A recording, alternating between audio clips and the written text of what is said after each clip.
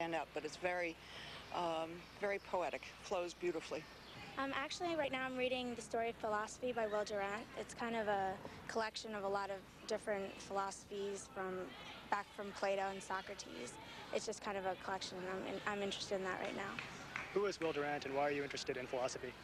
He's a historian. He writes with his wife, Ariel Durant, and they wrote a whole series of books on history, actually, which I haven't started yet, but I'm probably planning to start. And I don't know, I haven't really been interested in the past, but my mom had the book in the house, and I just picked it up. It's quite interesting. You're watching Book TV. Each weekend, C-SPAN 2 offers you 48 hours of programs about nonfiction books, authors, and the publishing industry. Write to us with your comments or suggestions at 400 North Capitol Street, Northwest, Suite 650, Washington, D.C., 20001. Or call us at area code 765-464-3080. Now, historian Fred Anderson talks about Crucible of War. The book tells the story of the French and Indian War, a conflict between the British and their American colonists on one side, and the French and their Native American allies on the other. Mr. Anderson argues that the war was important as a precursor to the American Revolution, but also in its own right. He spoke for about 35 minutes.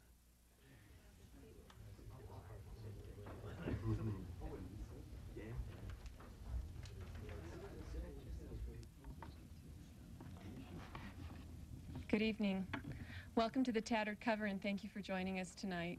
We do appreciate your support, because when you support independent bookstores like the Tattered Cover, you allow us to continue to bring events like this to you. Fred Anderson is an associate professor of history at CU Boulder and the author of A People's Army, Massachusetts Soldiers and Society in the 7 Years' War. This evening, he will discuss his new book, Crucible of War, The 7 Years' War and the Fate of the Empire in British North America, interweaving stories of kings and imperial officers with those of Indians and traders and the diverse colonial peoples.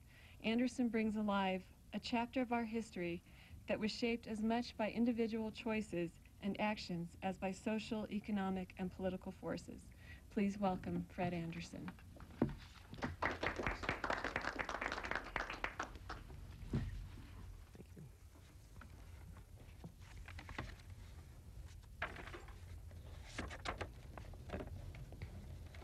The rain had fallen all night. Steady, miserable rain. And when at last the light grew to the point that he could see his troops, George Washington realized that 7 of them were lost in the forest. God knew where. For hours he'd blundered through the dripping dark, time and again leading the little column off the trail, sometimes taking a quarter hour just to grope his way back to the track. Confused, untrained, and wretched, the 40 soldiers who had somehow held together through the night were hardly prepared to fight any enemy, let alone one experienced in forest warfare. Nonetheless, the tall Virginian led them on, following the Indian warrior who had come to warn them of their peril. Toward daybreak, the rain stopped, and the remnants of Washington's patrol reached the Indian camp. There the soldiers dried and loaded their muskets while Washington conferred with the old chief who had summoned him. Tenackerson, called a half-king by the English who regarded him as an ally, described the tracks he had seen nearby. They had led toward a sheltered place he knew. There, he suspected, the French had been bivouacked since the day before. Washington's soldiers could march to a spot nearby and wait while his own men reconnoitered. Once the warriors knew the enemy's strength and disposition, they and the Virginians could fall on the camp together. Washington agreed. He had no choice. However little he cared for Indians, however little he trusted them, he could never have found the Frenchmen's camp without them. Surely he could have not have found it in time to dispose his men in firing positions, while the French, groggy with sleep, were just starting to cook breakfast at the foot of a tall rock face. Quietly, his men and the Indians stationed themselves above and around the narrow glen, while on its floor, Frenchmen still crawled from their bark lean-tos and stretched themselves in the early light. As always in such affairs, no one knows exactly what happened next. Perhaps, as the French later said, the English fired on them without warning. Or perhaps, as Washington maintained, A Frenchman shouted a warning that sent his comrades flying to their arms and firing up into the woods. All that is certain is that the English fired 2 volleys down into the hollow, while the French returned a few ragged shots and tried to retreat into the shelter of the trees. But there was no escape. The Half-King's warriors had blocked the path, forcing the 30-odd Frenchmen back into the clearing, where English fire pinned them down. An officer called for quarter, and Washington ordered his men to cease firing. Perhaps 10 minutes had passed since the first shot. It had been a lopsided skirmish. Around the rim of the hollow, 3 of Washington's troops were wounded, and 1 lay dead. At its bottom, the French had suffered 14 casualties. One of the wounded, a 35-year-old ensign named Joseph Coulon de Villiers de Jumonville, identified himself as the detachment's commander. Through a translator, he tried to make it known that he had come in peace as an emissary with a message summoning the English to withdraw from the possessions of His Most Christian Majesty, Louis XV. The letter he carried would make everything clear. His interpreter would read it. As the combatants' adrenaline level subsided and the wounded men moaned, the translation went badly. The letter had to be read a second time, and Washington turned to take it back to his own translator. As he withdrew, Tenackerson stepped up to where Jumonville lay. Tu n'es pas encore mort, mon père, he said. Thou art not yet dead, my father. He raised his hatchet and sank it in the ensign's head, striking until he'd shattered the cranium. Then he reached into the skull, pulled out a handful of viscous tissue, and washed his hands in Jumonville's brain. The tall Virginian, who had until that instant thought himself in command, did nothing, while the Half-King's warriors, as if on signal, set about killing the wounded. Within moments, only one of the Frenchmen who had been hit in the firefight was left alive. Recovering his composure, Washington now salvaged what he could by forming his men around the 21 surviving prisoners and hustling them to safety. Behind them, in the bloody hollow, the Half-King's men scalped and stripped the 13 corpses, decapitating one and impaling its head on a stake. Then they too abandoned the glen, and crows flapped noisily down from the trees to begin the feast. Soon wolves would lope in to do their part. Eventually maggots and beetles and ants would finish the job in meticulous silence. By afternoon, Washington was back at his own camp, groping for explanations and trying to plan his next move. Since boyhood, he had dreamed of battle's glories. Now he had seen combat, but no heroism, only chaos and the slaughter of defenseless men. Why had it happened? What could he tell his superiors? What would happen next? George Washington had none of the answers.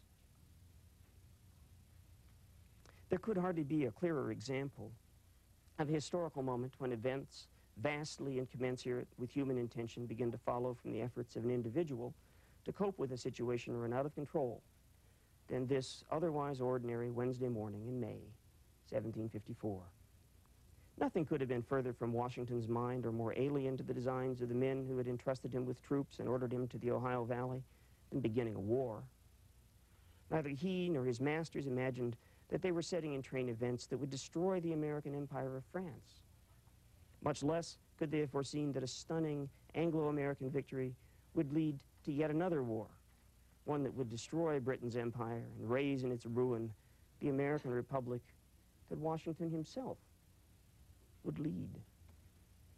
So extraordinary indeed were the events that followed from this callow officer's acts and hesitations that we must begin by shaking off the impression that some awesome destiny shaped occurrences in the Ohio Valley during the 1750s. For in fact, the presence of French troops and forts in the region, the determination of Virginia's colonial governor to remove them, and the decisions of the French and British governments to use military force to back up the maneuverings of colonists deep in the American interior, all resulted from the unusually powerful coincidence of some very ordinary human factors: ambition and avarice, fear and misunderstanding, miscalculation and mischance. How such a combination could produce a backwoods massacre is not perhaps hard to imagine. How that particular butchery gave rise to the greatest war of the 18th century, however, is less easy to explain. To understand it, we must first chart the paths by which the interests of the Iroquois Confederacy, the government of New France, the governor of Virginia, and a group of Anglo-American land speculators all converged in the spring of 1754 at the spot where the Allegheny joins the Monongahela and the Ohio's waters begin their long descent to the heart of America, to the Mississippi and the sea.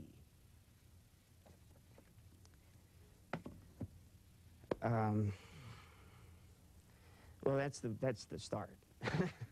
There's a prologue that goes with it, an introduction. That's where I explain as a history professor, you know, a bunch of stuff that's probably less interesting than that, or at least less interesting than I intended that moment to be. I came to that spot in the book after I'd been writing on this thing for about a year, maybe a year and a half, and I didn't really write that passage until close to the end. But what I wanted to do in it was to horrify people, because it's a pretty horrifying moment. But also, I wanted to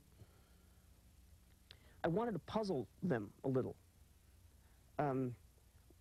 Why is there a French-speaking Indian chief here? Why does he call Jumonville my father? Why does he murder someone that we don't know that he even knows? Is it an act of savagery? Or is there an explanation? So that was the reason I started the book that way, and it takes about the first 60 pages or so to finally explain all that stuff. But it's really a sort of a murder mystery with diplomacy mixed in. And it's all about power, and it's all about the ability of Indians to influence relations between European empires, which was something that most history courses don't really do. So, or many history books don't really do, especially ones about the Revolutionary period. So that's kind of what I had in mind when I wrote the book. And is this okay? Oh, okay. All right. I just wondered if I hate to be the first tattered cover author to completely upend the thing. So, I had that stuff in mind when I wrote it, trying to tell a story in a different way than maybe most of us have thought of it before. And also trying to detach the Revolutionary period from what comes before it. I'm sorry, I was trying to join the Revolutionary period to what comes before it, because most of us, in the way we teach history and the way we learn it, tend to see the Revolution as the big moment, and everything that comes before is kind of prelude, so that everything leads up to the big moment of independence and us, which has these funny effects. I mean, for one thing, it makes Indians victims. Whereas, in fact, if you look at the colonial period, they were actually the deciding force in the relations between empires, at least between the French and the English empires. They were the deciding force in relations between those for more than a century, for about 150 years. And there was no reason that they couldn't have gone on being that deciding force for another 100. And so this war then, the 7 Years' War, the French and Indian War, takes on this different aspect when you begin to view it from that angle, when you don't see it as something predetermined that just preceded the American Revolution. Then you see, or what I hope people see, is that the people who made the revolution grew up in the aftermath and the shadow of this war. And it was a big war. It was a world war. It was fought out not only in the backwoods of North America, but in Europe, where it was the bloodiest of all the 18th century conflicts, the bloodiest war until the Napoleonic Wars of the next century. In Africa, in India, where it laid the foundation for British rule in the following century, and finally in the Philippine Islands, halfway around the world. So it was this monstrous war, had stunning effects, wiped out French control in North America, gave the colonists a different sense of their position in the empire and their relationships to one another. And what I wanted to argue was that if you see it from that perspective, and you look at what happens in the 1760s and the 1770s as people trying to come to terms with a big war and a victory that was so great that nobody could possibly have anticipated it. If you do that, then you've got something that actually casts the revolution in an entirely different light. And it also makes people like Washington more understandable, because he comes across, I hope, as a guy who's sort of finding his feet here. Somebody who doesn't know what he's doing in 1754, who learns by the end of the war that there's more to war than winning battles, which is a lesson that he carries with him for the rest of his life. He becomes, I think, I hope, humanly understandable. And in a way that it's hard to understand him when he's just the commander-in-chief of the Continental Army, when he's president of the United States, when he's a sort of august, severe figure who never seems confused. Well, he was confused a lot in the 7 Years' War.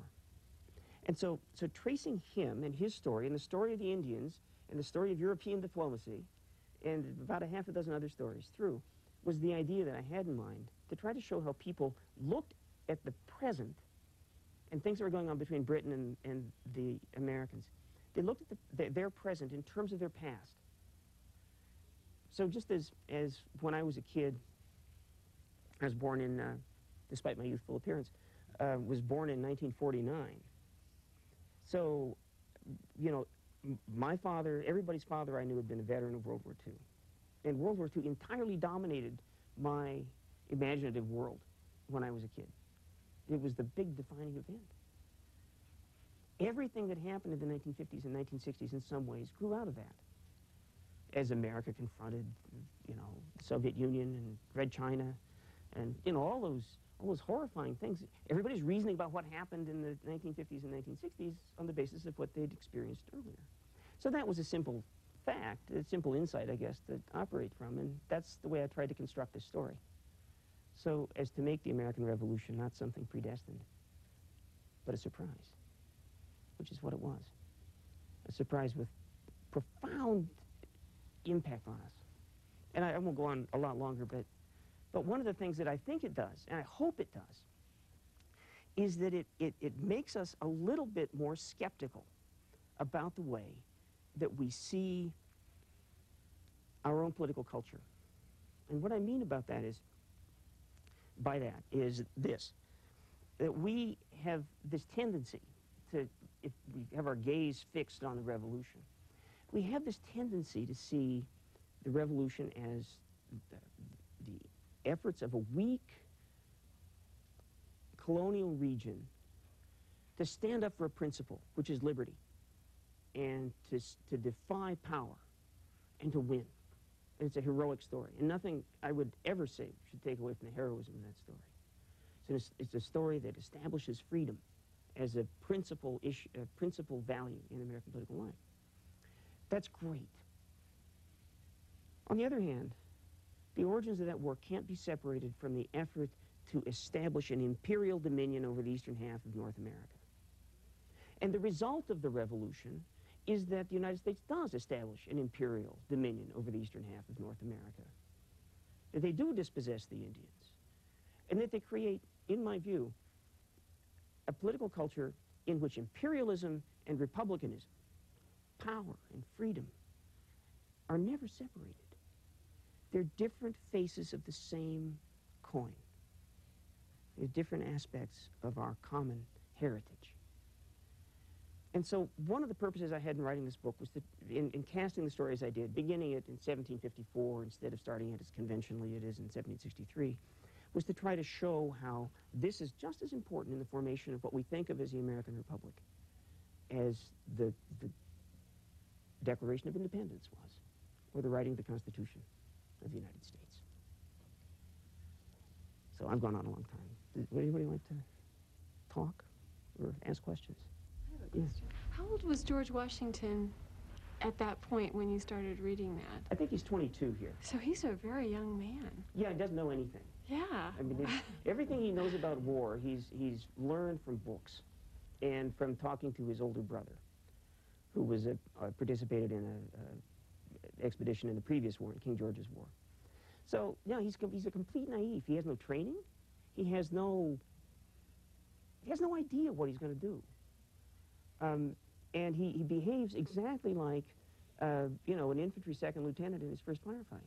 I mean, the guy has the rank of lieutenant colonel, but he's never done anything. He's never heard a shot fired in anger. He's never seen blood spilled, you know. And suddenly he sees a guy's head beaten open. And I've got a buddy in the anthro department at CU, a guy named Dennis Van Gerven, who explained to me what happens when you break open a cranium. Apparently, it's an extraordinarily vivid explosion of tissue and of blood. But I think Dennis told me that something like a quarter or a third, some phenomenal amount of the blood supply is in the head at any given moment under enormous pressure. So when the skull is breached and when the fascia, the thing that, or I guess it's the meningeal membrane that encloses the brain is breached, the stuff just spouts out. So there have been, he's told me, that there have been episodes in which people have actually died of shock watching something like this happen. And it seemed to me that somebody who had never heard shots fired in anger, who was excited, who was unable to process all of that was going on, he'd never seen so much smoke and noise and confusion in his life, that he would be stunned by this, literally, until what happened happened. And I think there are enough accounts of this episode that I think you can actually make that case. Of course, everybody lied about it afterwards. So you have to compare about 6 accounts to try to figure out what really did happen. But the beginning point is the youngness of George Washington. A guy who just about 5 years earlier had been copying out maxims about how to behave. To sort of, they had these wonderful etiquette books that kids would copy to practice their penmanship. Washington was using one from the late 17th century in England, and it said things like, "Spit not in the fire when there is meat before it." Oh, I forget what. I mean, if you see thick spittle on the ground, put your foot dexterously upon it so that it may offend no one. And there's other stuff in here. But he's a kid, you know? I mean, he's just a kind of an aging adolescent with ambitions and fears. More deeply into something he doesn't understand than he knows what to do with. And he grows up in the course of the war. Or at least that's what I argue. Anybody else? Yeah. I was wondering how much you were influenced by some of the classic writings of these periods, like Francis Parkman and the Imperialist School, Charles Andrews and Lawrence Gibson. Couldn't have done without it. I mean, I think, actually, when I first got interested in the 7 Years' War, I was back when I was in graduate school, and I was writing a thesis, you know, that was basically a social profile of the soldiers who'd served in the Massachusetts armies during that war, which I found a lot of stuff that surprised me about it. But in doing my background reading, the thing that really surprised me was finding Francis Parkman. Because I was really interested in the Army as a social organization. You know, it's a very technical thesis, kind of driven by, you know, really narrow historiographical concerns in some ways. But when I read Parkman, it was like this. It was like a novel. I mean, and of course, that's the way he wrote it, right? He was really influenced by Sir Walter Scott, you know. I mean, and you know, you read Montcalm and Wolfe, and you can smell the pine trees. You know, I mean, it's just incredible. And the Gunsmoke. It's a great book. So I was deeply influenced by that. And then, as far as the imperial historians, you know, culminating, of course, in Gibson goes. I mean, I couldn't have written it without Gibson. I mean, the guy, you know, he really assembled this vast narrative in 15 volumes. And so it's like the Encyclopedia Britannica of the 7 Years' War. I mean, if there's anything you don't know, you know, that you need to find out, there's Gibson. So in many ways, I mean, this is a pretty big book, but it's a real distillation of a vast amount of stuff that I couldn't have written it without it. So it's like standing on the shoulders of giants, you know. And for that reason, I'm a little reluctant to beat him about the head and shoulders for for wrong interpretations. I'm sure my own will be disagreed with too. So I tend not to do what historians often do, which is to say, well, Parkman was a 19th century racist and therefore, you know, unworthy of our attention. He was, of course, a 19th century racist and a great author. But the importance of Parkman was, he was the, you know, coming as he did before the professional historians of the 20th century, and seeing it as a big story, he gave the Indians an important role. And that, you know, was something that nobody else did, really. So the Indian issue really came from reading Parkman. And then as I was writing this monster, you know, and as I probably said, as I say at every possible occasion, it took me 12 years to write this thing. You know, in the course of this 12 years, which is a long time, it's a whole series of really excellent books that came out on the interior of North America in the 18th century, on Indian-white relations, on the nature of empire in the 18th century. And so I had to roll all that stuff into the narrative as well. So I used to think sometimes that I was never going to outlive this book, you know, because so much great stuff was coming along. And finally, I just, you know, called it quits and figured I wouldn't outlive it if I kept writing. Or probably the audience wouldn't outlive it if they had to read it. So, anybody else? I can talk more. Okay, Tom. What was the Indians? Or what evidence is there about how the Indians viewed all of this? You say they're so pivotal in negotiating and influencing these European powers. Are there accounts at all of this incident or of what they wanted? Sure, plenty. This is my colleague Tom Saylor. He's a diplomatic historian, and so he's asking the kind of questions dear to his heart. But yeah, there are tons of documents that deal. I mean, most of what we know about Indians we know about from treaty negotiations and the minutes that were taken down. So we have a very clear sense, a very, very detailed sense of what they wanted diplomatically. Now, how that translates into what they do, you know, is the same question that you would have to deal with anytime you deal with the diplomatic agenda and a set of outcomes. So there's a good deal of inference you have to make because they didn't, you know, Indians weren't writing this stuff down themselves. Everything you say about them is mediated by the fact that the documents are created by literate whites. But, you know, there's this great literature out there on Indians in the period, and it really helps you figure that stuff out. So yeah, I mean, now you raise actually an interesting point that that I got asked about a month ago. There was a little seminar at Harvard on this, and I went back and gave a talk. And one of the guys who commented on it was actually a former student of mine, a great student. And he said, you know, this narrative is very interesting. He's interested in literary aspects of history. He said, this narrative is very interesting. He said, but because you want to give the Indians agency, you want them to behave just like white people do. You want them to be as flawed as white people. You want them to be as interested in power, as desperate, as needy. He said, well, that's fine, you know. But in the end, except for a few instances, you know, the Indians become cultures, and white people have individual volition, you know, French or English. And of course, he's right, you know, because the Indians didn't leave the documents, the diaries, the letters, the, you know, correspondence series that you can draw on for people like the Marquis de Montcalm, or, you know, his aide-de-camp Bougainville, who was a great commentator, or Washington, or, you know, John Forbes, you name it. I mean, any of these other guys. And, you know, he's really right. In the end, you know, unless you do what I did in that passage, which was to,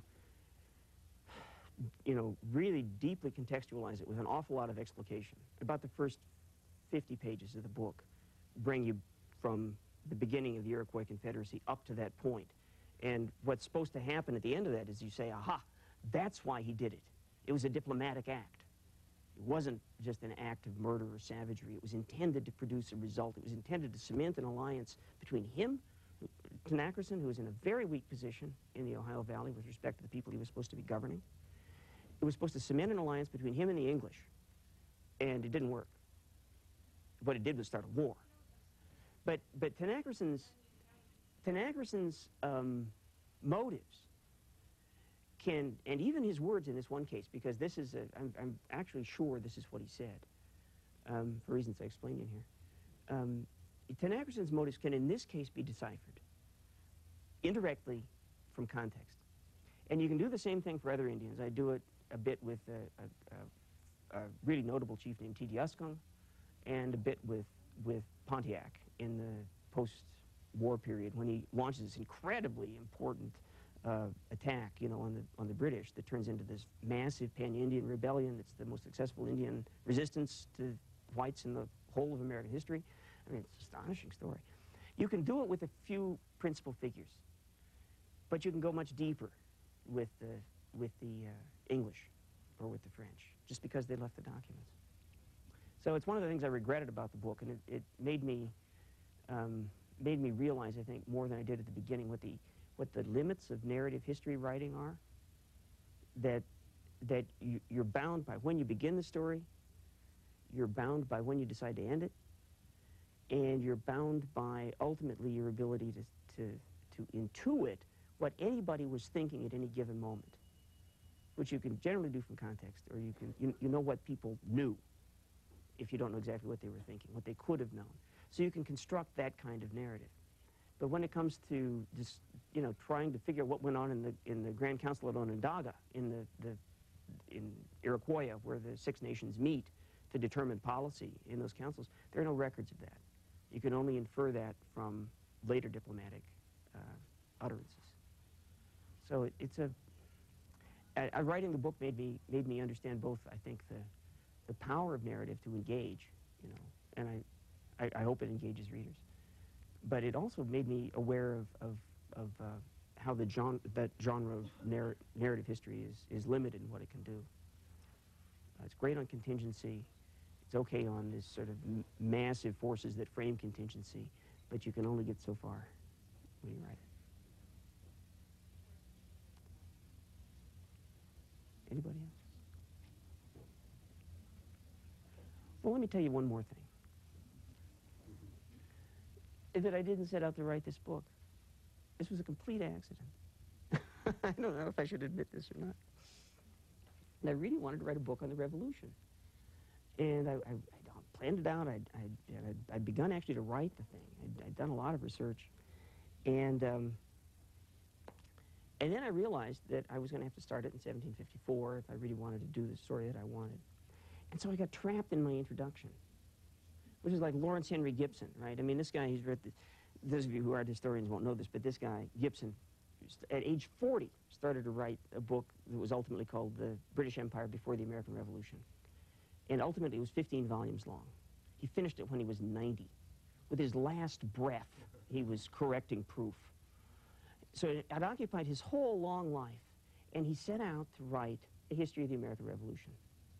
He got to 1776. And I think this is, in some ways, this is maybe instructive, because it happened in a much smaller and I hope less, you know, horrifying way to me. What happens is that when you sort of pass through the 7 Years' War, it's like going in a spaceship through the gravitational field of a big planet. You know, you want to get to the next planet down, right? But you swerve off because you can't get out of the pull of this thing. It's such a big event. And so that, I think, is important because, you know, if you start beyond the gravitational field and you just head through the American Revolution, and that wraps you into an orbit around the United States that you just can't get out of. But if you start further back, then it deflects you in a different way. And the deflection gives you a sense that American history isn't just about the United States, but it's about North America, and that it's about the Atlantic world as a whole, and that it has to do with things that are narratives that meet and mingle on the margins of Africa and Latin America and North America in ways that are absolutely fascinating. And that's, in some ways, you can only apologize for getting stuck in the 7 Years' War so much because, in fact, it's a very significant event. And so I guess I'm not disappointed in the way the book came out, even though it wasn't the book I intended to write. Anybody else? Okay, well, then I'll spare you more. Thank you.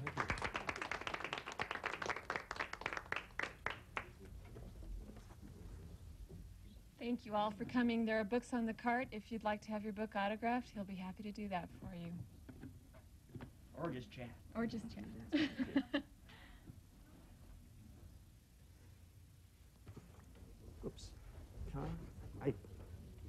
glad to see you.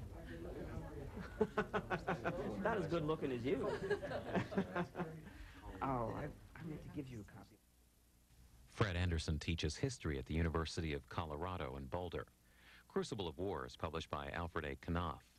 Mr. Anderson is the author of another book about the 7 Years' War called A People's Army.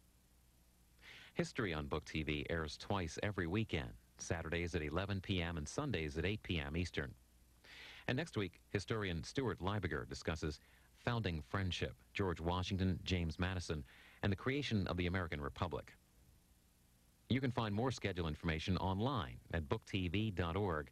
Click on History on Book TV, and you'll find previews of upcoming programs and links to other history-related websites.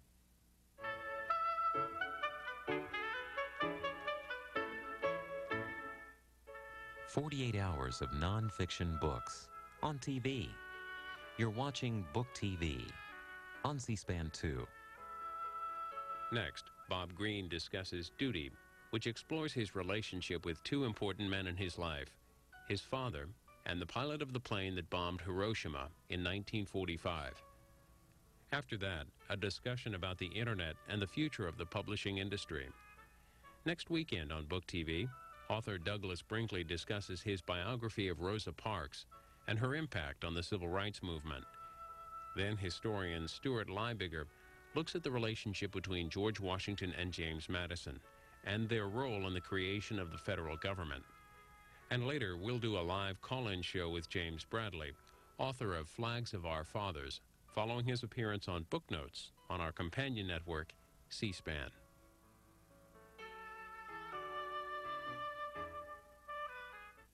Next weekend, historian Stuart Leibiger looks at the relationship between George Washington and James Madison. He explains how the two got to know each other in Philadelphia, beginning a collaboration that would culminate in the launching of the federal government in 1789. Founding Friendships, a new book by Stuart Leibiger, next weekend on Book TV. Book TV on C-SPAN 2. Join us for a look at the world of nonfiction books and the publishing industry, Saturday morning at 8 through Monday morning at 8 Eastern. 48 hours of nonfiction books, all weekend, every weekend, on Book TV. From Printers Row Book Fair in Chicago, author and journalist Bob Greene talks about his latest book, Duty, A Father, His Son, and the Man Who Won the War. Duty tells the story of his relationships with two important men in his life, his dying father, who fought in World War II, and Colonel Paul Tibbets, pilot of the Enola Gay, the B-29 bomber that dropped the atomic bomb on Hiroshima, Japan in August 1945. This book is number 9 this week on the New York Times bestseller list.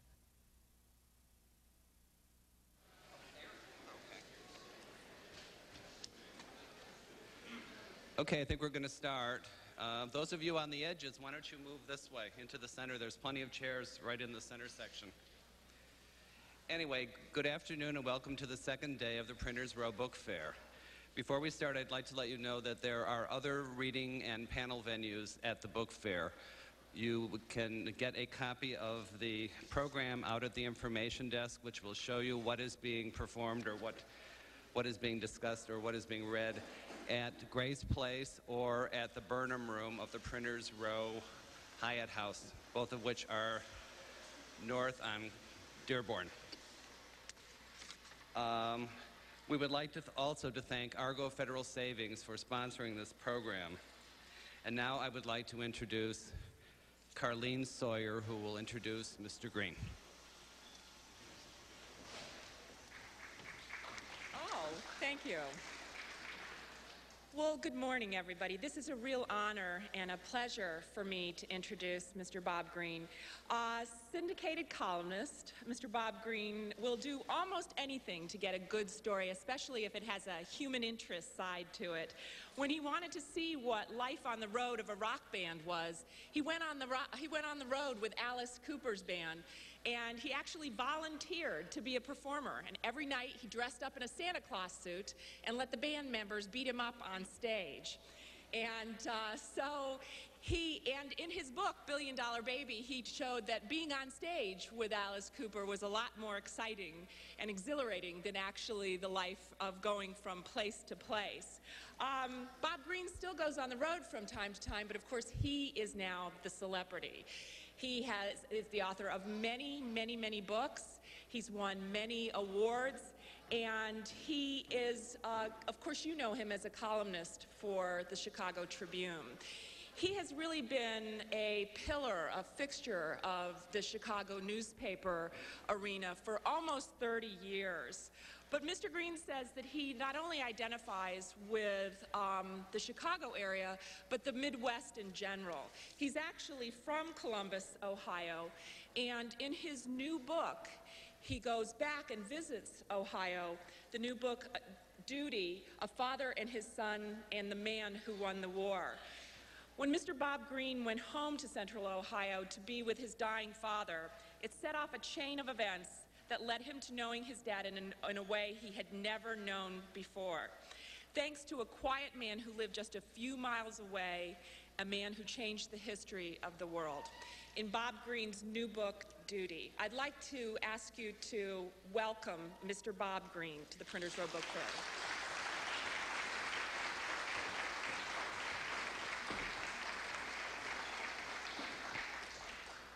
Thanks so much for those kind words.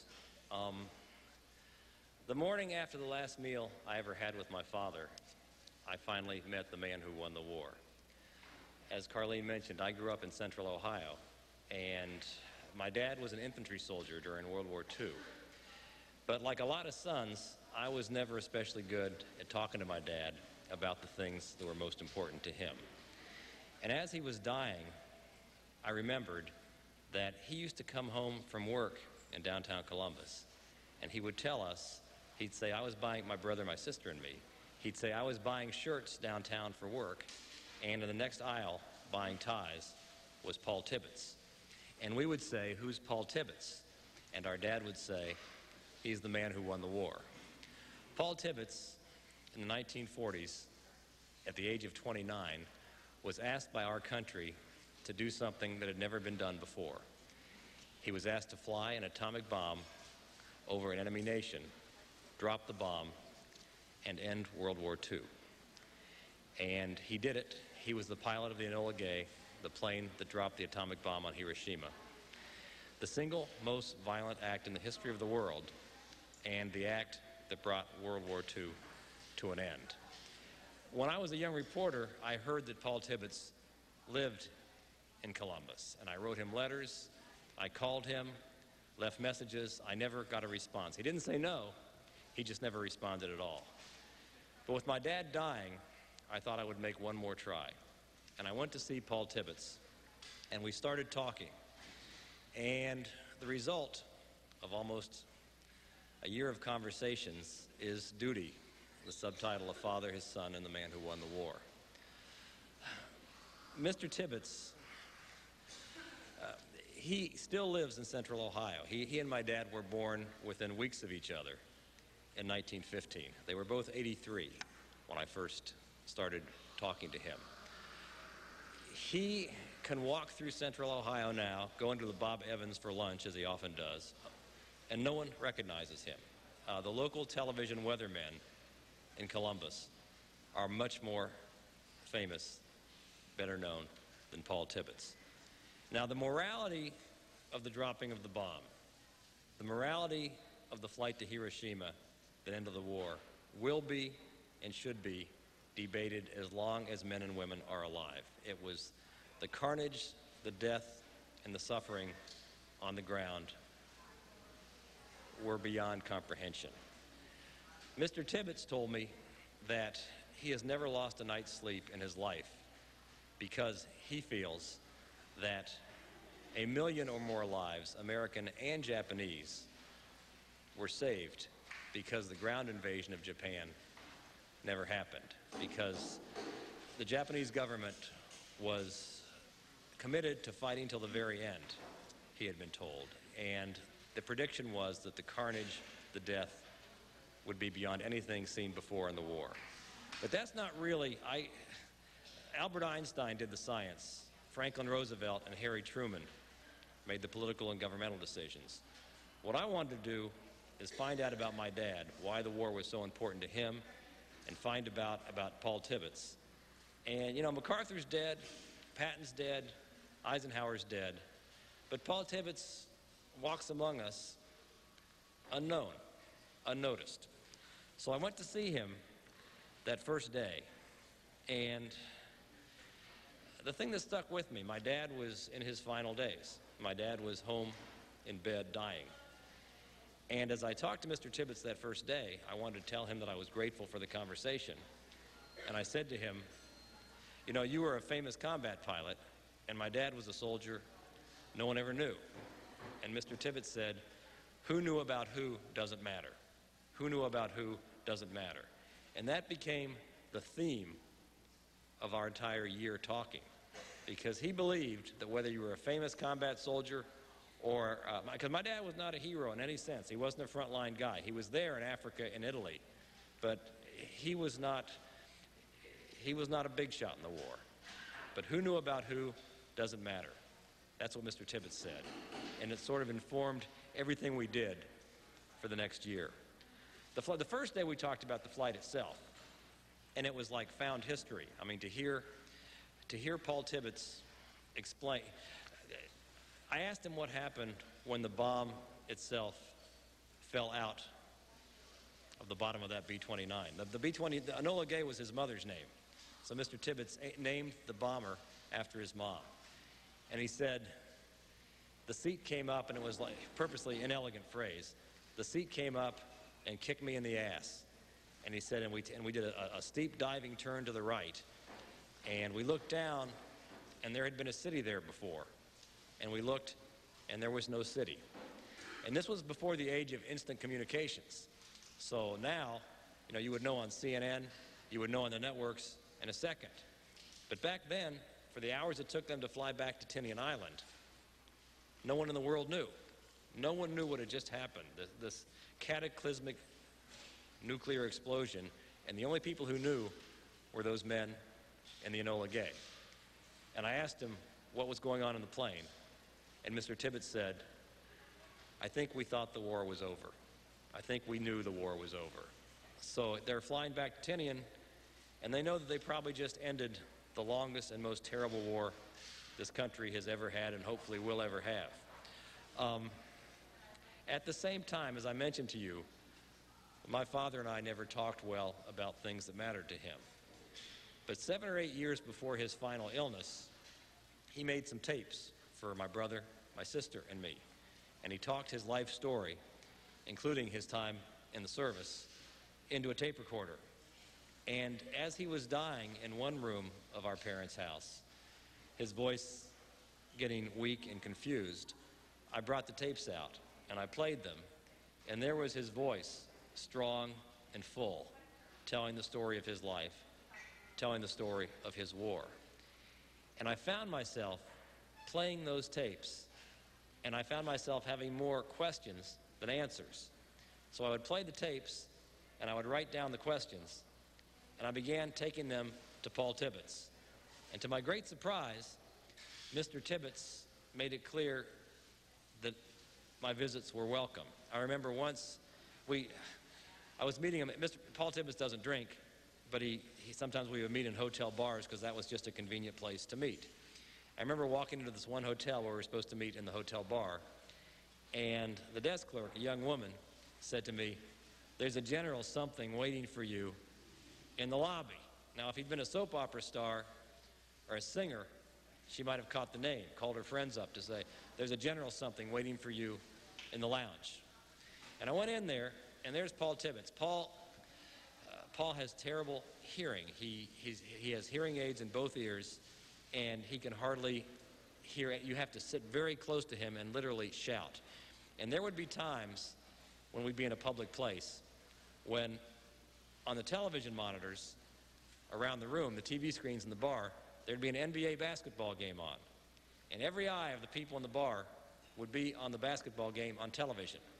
And they'd be talking about the shot clock running down and a crucial moment in the game and a life or death situation for the team.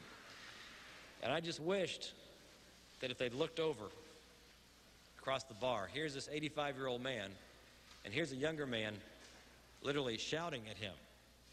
And yet, had they known that the stories that were being told at that table across the bar by this old man they never heard of were almost beyond comprehension. We talked about a lot of things. I'll skip ahead. Once later in the time we were talking, I began to figure out exactly, I thought, why the war meant so much to my father, why his service meant so much to him. And the phrase that kept going through my head as I listened to Mr. Tibbets and when my dad talked to me was, and I use it in the book because it's the best I can come up with, it sounded like the whisper of a generation saying goodbye to its children. But I would come up with several things, and I said, I think I know my dad feels so strongly about this, but why do you think the war was so important to him? And Mr. Tibbets said, because he was a man among men. Now, my dad never met Paul Tibbets. He never, when he would see him shopping for clothes, he was self-conscious. My dad was self-conscious about going up to him and saying anything. And they lived several miles apart from each other in Columbus, but they never met, never spoke. So when Mr. Tibbets said, your father was a man among men, I thought he was indicating that my dad was some sort of macho, dagger hanging from the belt, pistol swinging, combat hero. And I said to Mr. Tibbets, that's a very nice thing for you to say, but you didn't know my dad, and how can you say he was a man among men? And Tibbets raised his voice to me, which he did a number of times during our conversations. And he said, that's not what I mean.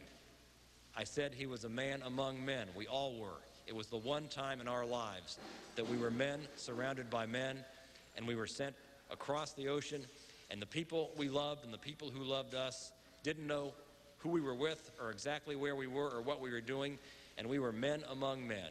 That's what I'm telling you, men among men. And every day we had to figure things out we'd never had to deal with before, and when the war was over, we came home and we walked on peaceful streets in the cities where we lived, and it was safe, and it was quiet. And we weren't looked down the streets, and the people were walking, business people were walking around, and they may not have all been on the same side. They weren't going all for the same goals. Men among men.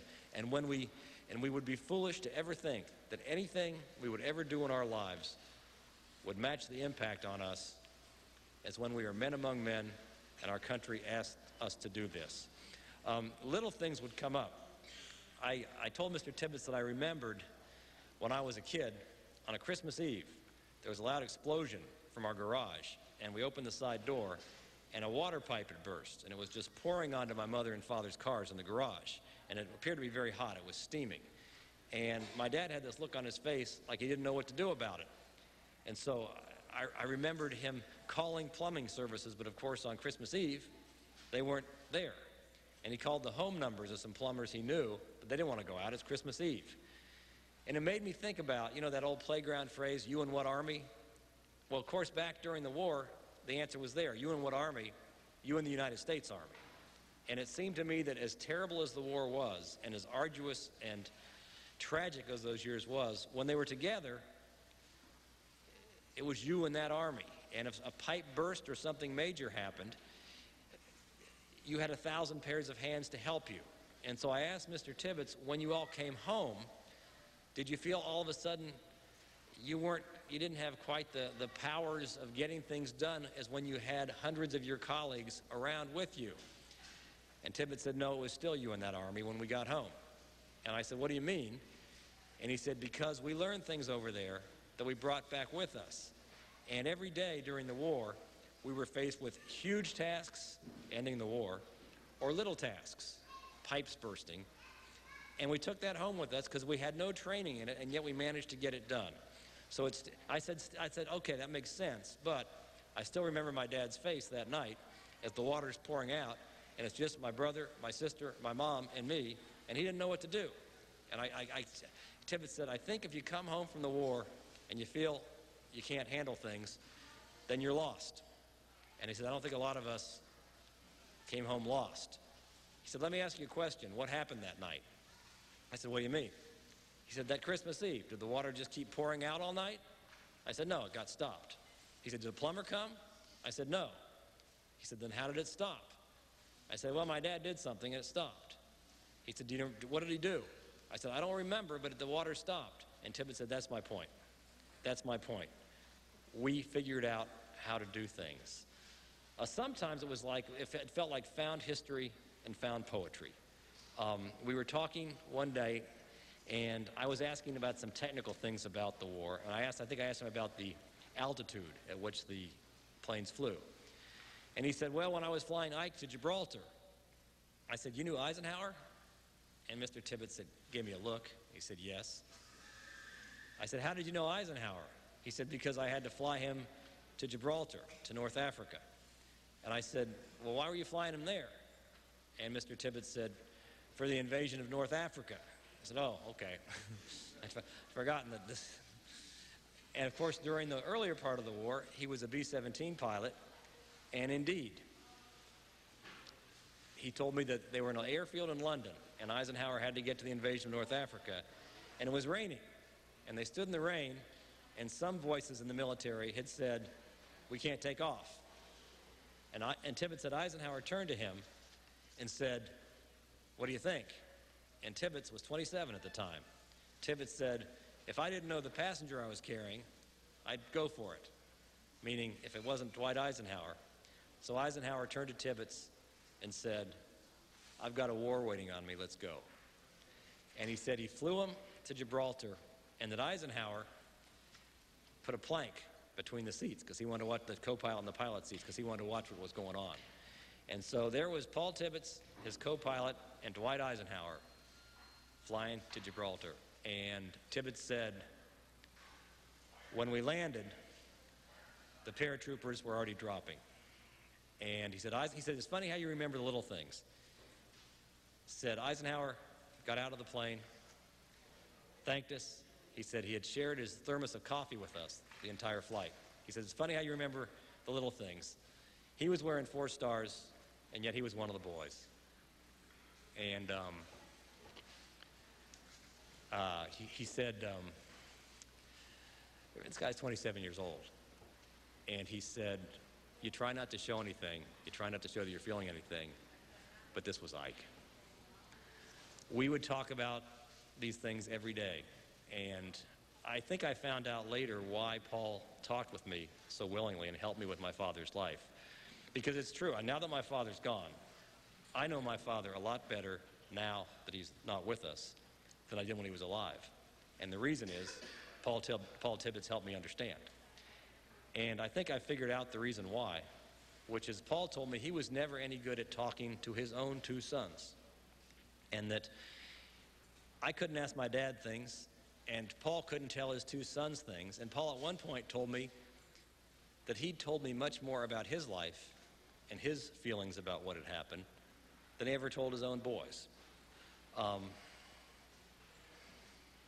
There's a love story in duty also, because my mother and father, it's one of the parts of the book involves the day-to-day, the dailiness of my father's dying. And never having observed that before close hand, it's something that millions upon millions of us are going through now. They are leaving us every day, the men of the World War II generation. And one of the things I noticed, one of the things I felt, is they came back from the war, they went on with what they were doing, and they didn't talk about it, and it was as if they had decided that their full-time job had just become to provide a safety net for us, for their children. And it was the strongest safety net any generation has ever given to its children. And the proof of that is that we didn't know it was there. We didn't even understand that the safety net was there. And yet now, as they leave us every day, we know what they've done. And in duty, I watch my mother taking care of my father as he's dying. And on the tapes, I found a section where during the war, he had taken the train up to Columbus from his military base at Camp Shelby in Mississippi and had asked for my mother's hand in marriage. They still did that back then. And he went to her dad, her stepfather, and asked for her hand in marriage. And he was told no, because the family had heard somewhere that the average life expectancy of a second lieutenant in combat was 30 seconds, and that they didn't want their daughter to be a widow right off the bat. But finally, they convinced my mom's parents, and they were married in Oregon before he was shipped over to Africa and to Italy. So a great deal of duty is about what it's like to say goodbye to a parent, and of course what it's like to figure out who your parent is when he is gone. One of the amazing things that happened was not only was Paul, he didn't just have to fly the plane, but Mr. Tibbets was told at 29, set up a super secret group of 1,800 soldiers, find a place to train them, and get ready for when the bomb is ready. So he had to find a place, and he found the most remote place you could possibly find. If you've ever been there, you know what I mean, which is Wendover out on the Salt Flats in Utah. And there was another thing. He was not allowed to tell any of them why they were there. The only man on the base who knew that this was for an atomic bomb was Paul Tibbets. He's 29. He's never had any business experience. He's never run a company.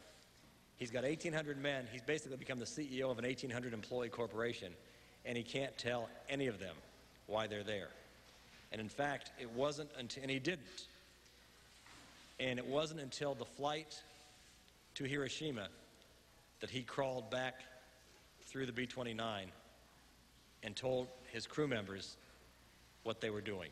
And the tail gunner, a guy named Bob Karen, said to him, "We wouldn't be playing with atoms, would we?" And Tibbets said, "Yep, that's it." He kept the secret. And I asked him, would this be able to be pulled off today? Would our government be able to do this mission today? And Tibbets said no, because of freedom of information. Now, I make my living based on freedom of information, but I think he's right. You could not imagine keeping that a secret. You are building the most terrible weapon in the history of the world, and you can't tell anyone. He's convinced that it couldn't happen now because of that. Toward the end of last year, it was Memorial Day a year ago, Memorial Day 1999. My dad had been, this was the first Memorial Day since my father's death. In one of the great honors of my life, Paul Tibbets and his two crew members, Dutch Van Kirk, the navigator, and Tom Farabee, the bombardier, were going to have a reunion down in Branson, Missouri. And the honor was they asked me to come with them. And it turned out to be their last reunion because Tom Farabee died this March. And it was the same thing I would see with Paul in Ohio. We would walk into restaurants, and these were three old men in the eyes of the people in the restaurants. These were three old guys there for the early bird special. And they were patronized. They were, a waiter would come up, "How you doing, buddy?" Slap him on the back. "You guys ready for your drink orders?" Three old men. And when this country needed the toughest, best combat pilots it could find, these three young men were sent. And now here we were in Branson, three old men. And I'll never forget that week. And it's not going to happen again because Mr. Farabee's gone now. Time after time, they weren't recognized, but they did one public appearance. And people in their 70s or 80s. Paul told me early on, he said, "I can't talk to anyone under the age of 60. He said, "In this country, we all use the same words, but we speak different languages." And men would come up to Paul, Tom, and Dutch, men in their 70s or 80s, and they would say, "Thank you for letting us live our life." Because these men, these soldiers who had come to say thank you to Tibbets, Farabee, and Van Kirk, had been scheduled to be part of the land invasion of Japan. And they said they would not have been able to, they most likely would have died, and they wouldn't have come home. Time after time, thank you for letting us live our life. I went through those tapes again, and I must have missed it the first time I played it back when my dad was still healthy. On the tapes, he and the 91st Infantry Division were going back down through Italy after the victory in Europe had been won. And on the tapes, he says, "We were earmarked to transship to Japan, but on the way through Italy, we heard about a new weapon, a terrible weapon that had been dropped on Japan. And it was a rumor, but we heard that the weapon was so powerful that the war might be over." And he said, instead of transshipping to Japan, we went back to the United States, where my mother was waiting, and 2 years later I was born. And 2 years after that, my sister, and then my brother. And I listened to that tape, and I realized that had Paul Tibbets not carried out his terrible duty, there's a good chance I would never have been born, and we wouldn't be down there in Branson. Branson is a Middle American entertainment center, as you know. And the hottest performer there, the hardest ticket to get, is for something called the Shoji Tabuchi Show. Shoji Tabuchi was born in Osaka. He became an American citizen, and his dream was to become an entertainer here.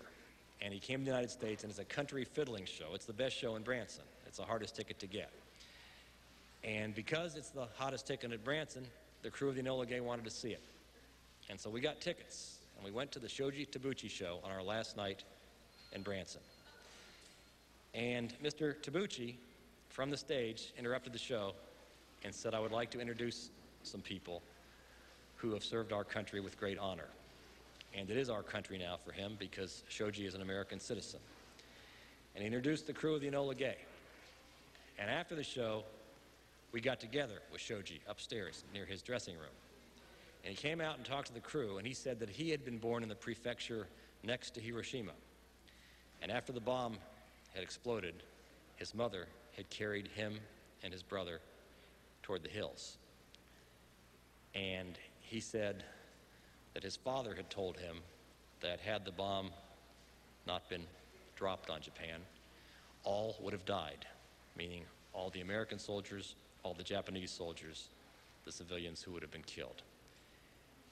And he and Tibbets talked to each other, and Shoji told Mr. Tibbets that it was an honor to have him in the theater. And Mr. Tibbets said, in 1959, the lead pilot who attacked Hiroshima, the lead pilot on the the lead pilot who attacked Pearl Harbor, the lead pilot in the Pearl Harbor raid, was my guest in my home. As warriors, we understood each other. He was a fine man. This duty, I've never written anything like it, and I've never lived through anything like it. And it's, I think as you can tell, it's as profound a story as I ever think I will find. I hope, if anything, I'll tell you one more story.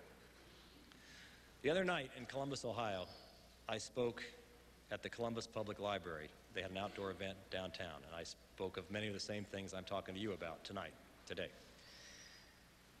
And I was talking about my dad, and I was talking about Paul Tibbets, and how self-effacing they were, and how they thought what they did was no big deal. And as I was speaking, I looked into the audience, and there sitting among the people was Paul Tibbets. He had come to the speech and just sat there in the audience.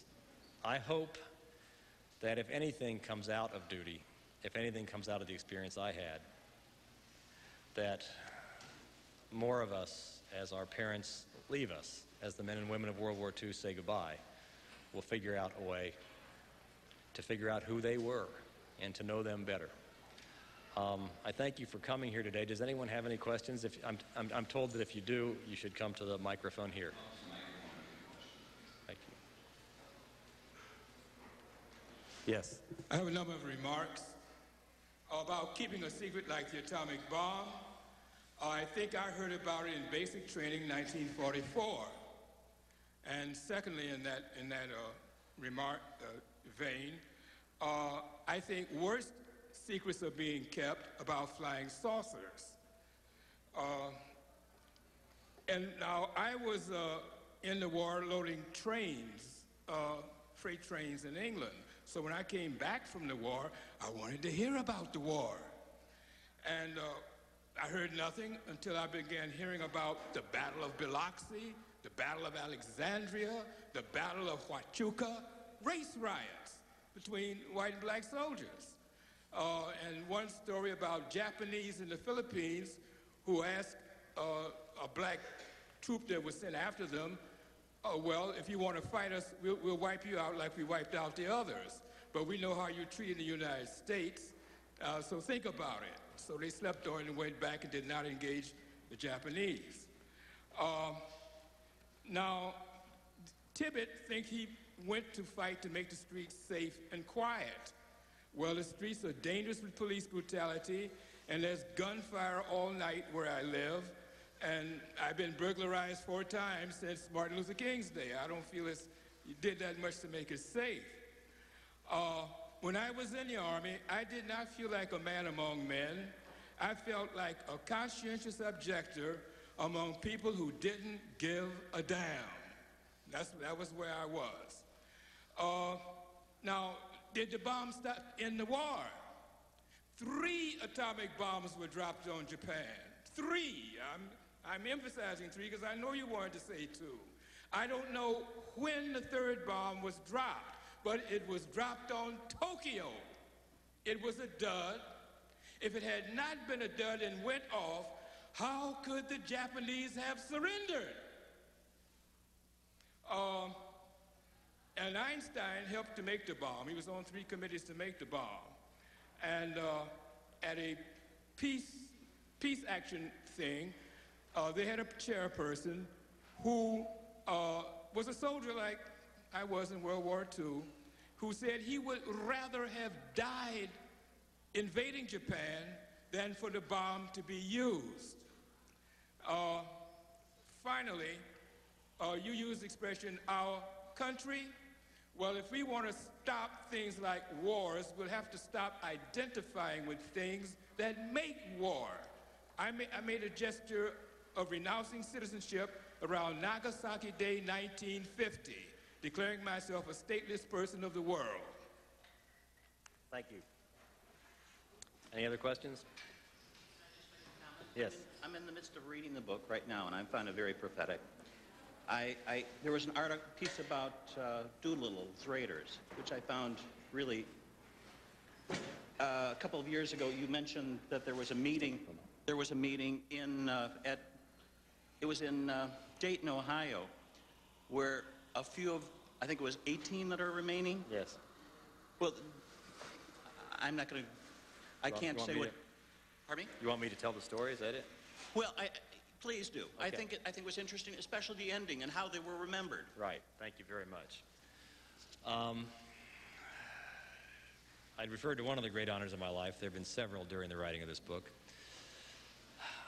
In the summers now, this is, I don't know how to say this. Any of you remember Jan and Dean, the surf singers? Jan and Dean, Surf City, little old lady from Pasadena. I sing with them during the summers. And we go around to county fairs. That's sort of how I get my mind off my work. And we were at a concert in Eaton, Ohio, about 6 or 7 years ago. And the keyboard player is a guy named Gary Griffin. And his dad came to the show, sat in the audience to watch his son, very proud of him. And Gary told me that his dad was a Doolittle Raider. And I am ashamed to confess right now, I didn't know who the Doolittle Raiders were exactly. I knew that they were a famous combat unit from World War II, but I couldn't have told you who they were. In World War II, when the United States was losing the war in the Pacific, and it seemed like every piece of news was bad news, our government asked 16 5-man crews to take off from the deck of an aircraft carrier in bombers. This had never been done before. They trained, but they never took off from the bomber, from the aircraft carrier, and they never saw anyone else do it because no one else ever had. And the idea was to bomb Japan, and they had just enough fuel to make it into hopefully friendly territory in China and land the planes. And so those 16 bombers were lined up on the deck of the Hornet, front to back. And as they were steaming toward Japan, they got word that the Japanese military had found out about this, and that they were going to have to take off farther away than they had planned to. And the order came, take off from the Hornet. They knew they only had enough fuel to get them barely into China. Now they had to take off from hundreds of miles more away. They were basically being asked to complete a suicide mission, to bomb the Japanese mainland, knowing they did not have enough fuel to come to, and they couldn't come back because they couldn't land a bomber on these aircraft carriers. And they did it anyway. It was the 30 seconds over Tokyo raid, and some of the planes had to ditch, some of the men were killed, some were captured in Japan, some died in captivity. It's a long time ago, but at that point in the early 40s, when the American people thought they had nothing to believe in, they had the Doolittle Raiders. But now, there are very few of them left. And there was going to be a reunion. And Gary Griffin, the keyboard player from Jan and Dean, called me and said, "My dad has a favor to ask you." I said, "What?" He said, "They don't have a master of ceremonies. Someone screwed up. There's going to be a dedication of the Doolittle Memorial in Dayton, and he wonders whether you could be the MC." And whatever that line from that recent movie was, "We're not worthy," excuse me, "we're not worthy," you know, I'm not worthy of introducing the Doolittle Raiders. But Gary said, "Would you mind if my dad called you?" I said, "No, that'd be fine." Now, when I'd come back from that concert and had met Mr. Griffin, I went to see my mom and dad over in Columbus. And my dad was never serious about anything. He could turn anything into a joke. He could, you know, any name you would bring up, he'd make a funny line about. And so, he thought me singing with Jan and Dean was stupid beyond belief. He's right. So I said I'd been at a Jan and Dean concert, and he rolled his eyes. And I said, one of my friend's dad was at the concert, and my father said, "Well, I wasn't," meaning I would never go to one of those things. And I said, "He was a Doolittle Raider." And my dad said, "Your friend's dad was a Doolittle Raider?" I said, "Yes." And my dad said, "Then that man is a hero." So jump forward now. Tom Griffin called me, and he said, "There's been a screw-up, and we don't have a master of ceremony." And I knew who they wanted. They wanted Colin Powell. They wanted John Glenn. You know, that's who they deserve. He said, "I know it's asking a lot for you to come in from Chicago." And I said, "Mr. Griffin, it's not asking a lot. If there's any people who should never have to ask anybody anything, it's them." So I flew to Dayton. Gary, on stage usually wears a Hawaiian shirt and jeans, and his girlfriend is a beautiful young woman named Carol Houston, who's an actress. She used to appear on the Andy Griffith Show as his young, cohort on their investigations on the Matlock Show. So this night, they had a surprise. They were going to present, only 17 or so of the Raiders were still able to travel. They were going to present a concert. And Gary was in a suit and tie, and Carol was in an evening dress. And they sang, I've heard this song before. They sang White Cliffs of Dover. They sang The Last Time I Saw Paris. And at one point, Carol looked out in the audience and said, "We need help with one of your songs, our songs." And they sang We'll Meet Again. We'll meet again, don't know where, don't know when, but I know some sunny day we'll meet again. There may not be very many more reunions. They may not be meeting it again too much. And I gave the speech, and after the speech was over, they dedicated the memorial, and they had lunch in a restaurant in the place. And I was going down to another room, and they invited me in. And one after another, the Doolittle Raiders came up and thanked me. They thanked me for saying something nice about them, as if any of us. And as I was leaving the air base, I noticed that there was a billboard inviting the people of Dayton to get a good price at Airport Toyota. And Paul Tibbets himself, by the way, drives a Toyota. Paul said he has never had a single bad thought about any Japanese man or Japanese woman, that the government of Japan attacked Pearl Harbor. And he said, "We weren't trying to defend anyone's way of life or defend the American way. We were trying to stay alive. This is war. It's kill or you will be killed." He said, it wasn't as grand as doing patriotism. It was a question of, these were your friends, and if you didn't kill the next person, they would kill you. I mean, you talk about anti-war feelings. I don't think anyone was more anti-war than the men and women of World War II. They hated it. So the Doolittle Raiders, too, will not be with us much longer. Thank you for asking that question. Yes. Just, again, this is from your book, and it just... So could you step up to the... Sure. I remember reading one of the comments from a wife of one of the soldiers. This was in your book, and they were talking about the bomb. Was it right? Well, the comment was basically her husband was going to Japan, and I'm a baby boomer, and she felt that if they did go to Japan, he would not have returned. Her family would not have, her kids would not have been born, and where would we be today? I think what we're going to do now is because we're running out of time, I will meet you, if you like, at the table back there, and I'd be happy to sign copies of duty for you. Thank you very much.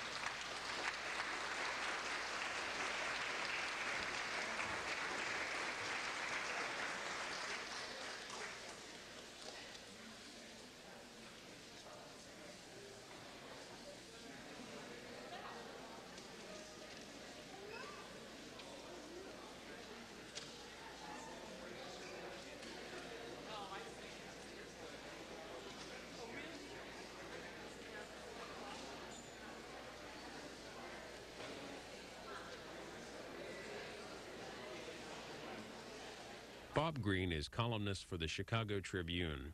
He's the author of many previous books and is a contributing correspondent for Nightline on ABC. Duty is published by William Morrow and Company and holds the number 9 slot on this week's New York Times bestseller list.